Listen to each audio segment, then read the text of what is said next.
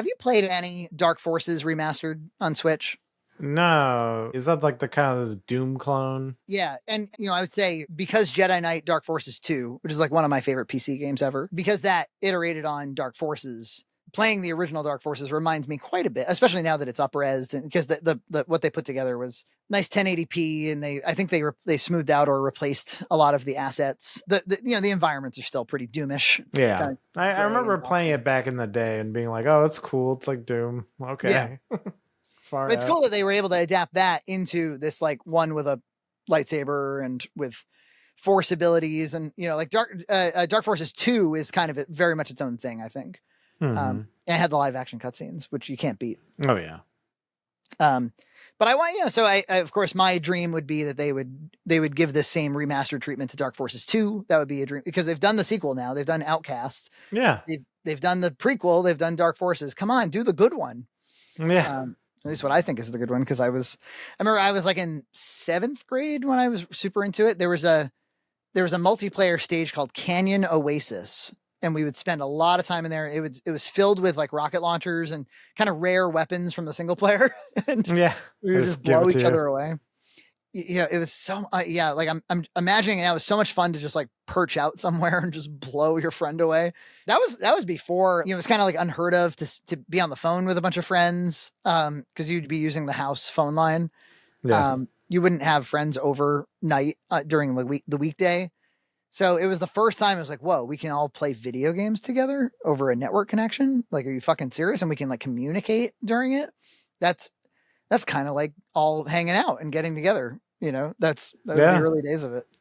Well, I remember playing a lot of Jedi Knight 2 and doing the lightsaber battles online. And it was still pretty early for that too. And being like, I remember maybe we had broadband at that point. I think it was Warcraft 2 where I would have to call my friend, be like, okay, my computer's going to call your computer. Yeah. And then you'd hang up the phone, and then you like type in the thing, and you could play a game that way. And it was like mind blowing. It was so mind blowing. I have played Jedi Knight 2 on Switch, and I don't think it plays great. I feel a little bit uneasy with it for some reason. I don't know why exactly. It doesn't feel quite right. Whereas this, I thought, felt pretty good. This felt like there's Duke Nukem on the Switch too for like you can get that for $5 or something. This thing's fucking $30. You got to pay $30 for this. Wow. Kind of shitty. Wow. Yeah. Yeah, because you can get like Doom 64, and I think they're all pretty cheap. Yeah. Quake, you can get Quake, I think, or Quake 2, one of those. Or they all these Star Wars ones, they default with the I think they call it the auto aim. So like the motion controls that that's like the page up and page down. That's not going to, like, I'd have to really move the controller all around to aim at what I want to aim at. So I'd turn that off and just use the right analog stick, like a proper, it should just play like a video game, don't you think? So I turned that shit off. They had those really cartoonish looking cutscenes in the original game. This one did not have live action cutscenes. It also didn't have like CD quality music. So it's chiptune Star Wars music, which is pretty charming, I have to say. Yeah.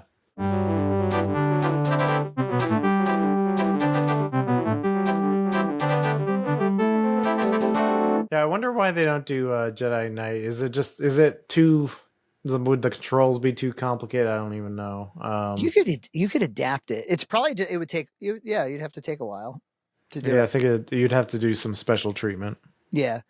Yeah, because there was like a whole menu system with force abilities, and then you'd have to like map that to buttons, and you could have like 3 or 4 force abilities like on deck.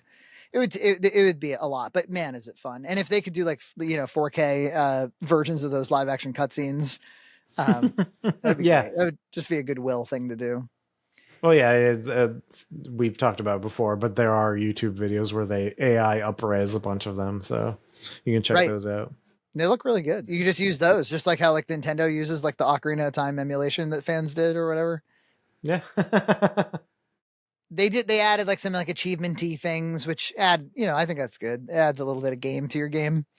I feel in those like Doomish environments, where there's not much happening except for like gray gridded boxes and some water. I do like find myself getting lost. You can pull up a map with the D-pad, but I'm still like, where the fuck am I going? Where I'm like, what am I supposed to do? I'm supposed to find a guy, but everything looks the same. Everything's so samey. Yeah. It's fun though. It definitely feels like the original. They did a really loving. This is not a like a port. This is somebody.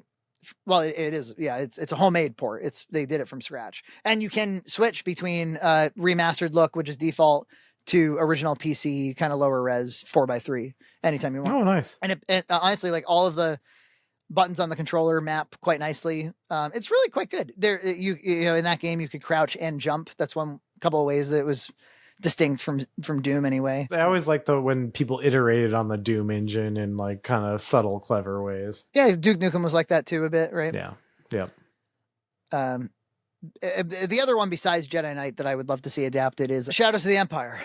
But if you're going to do Shadows of the Empire, you might as well do Rogue Squadron and Rogue Leader and like do a triple pack of the Rogue Squadron games too. What engine did Jedi Knight use? I would have think it was probably something like the Quake engine or something. The Sith engine. The Sith engine. It uses a more powerful game engine, the Sith engine, which supports 3D acceleration using Direct 3D 5.0. I remember that. And then Dark Forces 2 uses the Unreal Engine. Oh, Jedi Knight is Dark Forces 2.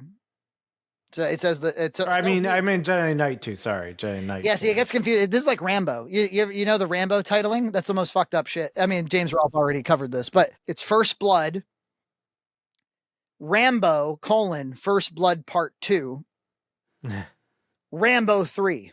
Yeah. But no, it's Rambo 2, isn't it? It's Rambo 2 First Blood Part 3. And then the fourth one is called Rambo.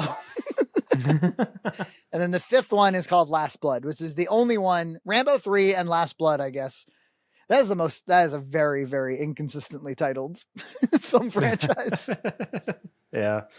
So it gets confusing when we're talking about these. But you're right. It's the Sith engine. Okay, so it was an in-house engine. Okay. It was all that 3D acceleration shite that they were. I remember you needed a Pentium 3, something, a GPU that could run Direct 3D 5.0. It would say, sorry, your computer can't run Direct 3D 5.0. And I stand corrected. Actually, Jedi Outcast used the ID Tech 3 engine. Okay. So. And what about Kyle Katarn? He was kind of the first one that was like, we don't really need it to be Han Solo. It could just be another guy that's basically Han Solo. And he could be a Jedi sometimes. Yeah, it's so stupid. It's like, and Boba Fett's of Jedi. They've now gone ahead and anyway, you're a fan of big box PC games, old LucasArts, right? I think the $30 is worth it. It's expensive for what it is, but I think it's worth it. Yeah, like when I'm in the mood for those kind of things, they do hit the spot. Like I have my EverDrive, so I've loaded up Doom 64 and had a great time. It's good, but yeah, because they're like simple and satisfying when you get a nice when you get into the groove of it and killing creatures and stuff. So yeah, they're good games, simple games. And then things got too complicated after that. I've also been playing a little bit of Penny's Big Breakaway, the Christian Whitehead led. Yeah. Oh, is that like kind of like a yo-yo thing going on? Yeah. Or something? Yeah. The whole thing is that the character has this yo-yo mechanic where you can do. There's lots of different athletic moves that you can do with the yo-yo to double jump, triple jump, hang on to stuff, swing from stuff, attack. Very, very clever. Really, I think it's an excellent, especially for the price, which I don't think was crazy. It might have been 30 as well. It gave me like a Nintendo vibes. Like this could easily have been a first party Nintendo game. And it was like a same day release of like announcing it exists, right? When they did the last Nintendo Direct, they just were like, and also this thing from the creators of Sonic Mania. I tell you, and obviously you can tell that Christian Whitehead or whoever has a preference in color palette, because it definitely does have the kind of pastel blues and purples and yellows that you see in Sonic Mania. It reminds me of the Sonic Mania aesthetic in a lot of ways. It's fun, man. It's a really turn your brain off, plays beautifully, a little bit funny. I think these guys know how to make a video game over there, or at least one that I like, one that I can pick. Yeah. Yeah, no, I think it looks like a very smart. I haven't played it, but it looks like a very smart game. I just can't get Glow into any video game that's not like build it yourself. Like, you know, Disney Infinity, Mario Maker, and God help me if I ever showed her Minecraft, because I think she would want to do nothing but Minecraft. But she definitely, like, I'm starting to think like I gotta go easy on the TV time, man. Yeah, She just wants to just jump onto the TV like the second. Remember like last year we were talking about Kevin Smith was addicted to weed. And you know, he was telling his friends like, "Who am I without weed? I would hate you all," and stuff. Like, if I wasn't a stoner, I would have fucking threw everyone over the fucking boat to save me and myself. I think at one point we're going to have a conversation and you're going to realize that you didn't need weed to do all that. If you could flip me, that'd be amazing. And I'm not going to flip you. It's going to be something else, but I don't think it's going to be me. She wasn't saying that, but she was saying like, well, what would I do, you know, if because I was talking about we should do like a break we should just not do TV for like a week. Yeah, make sure we know how to live without this television. And that goes for, you know, YouTube is the first thing that needs to go, because all the algorithm wants to serve up on a child's channel and it's not, we don't put it on our iPad, so it has to be like on our kitchen TV and stuff. But nevertheless, all it wants to serve up is like this teenager screaming while playing Roblox. That's all it fucking is. Like, oh my God, I didn't even know you could do that. Oh my God, look at that. I need to get that ball on that side, okay? That's my goal right now. 6.5 hours later. Come on. Yeah! Oh, no, I almost got it! Oh, I wonder, can I jump on the red ball? No, don't go down! No, I worked so hard for that! I was served some algorithm, like, trash. It was pretty fun. It was just like, can you, like, go in Tears of a Kingdom in a straight line across the whole map? And the screaming man did it. So.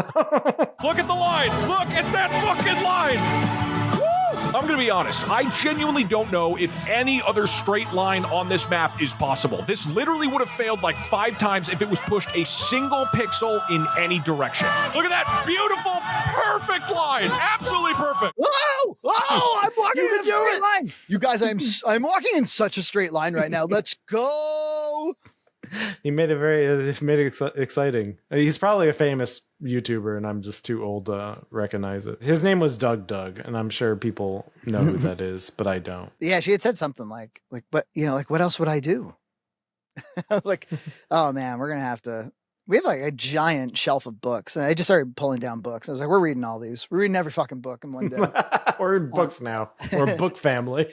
Just this morning, she was going like, Dad, I'm kind of a bookworm.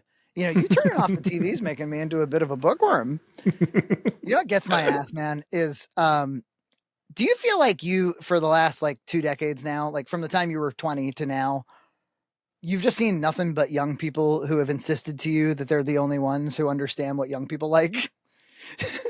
And then they get older, and then they kind of like, they struggle to, you know, they become 28, 29, 30, and they're still like, oh, I understand what being young is.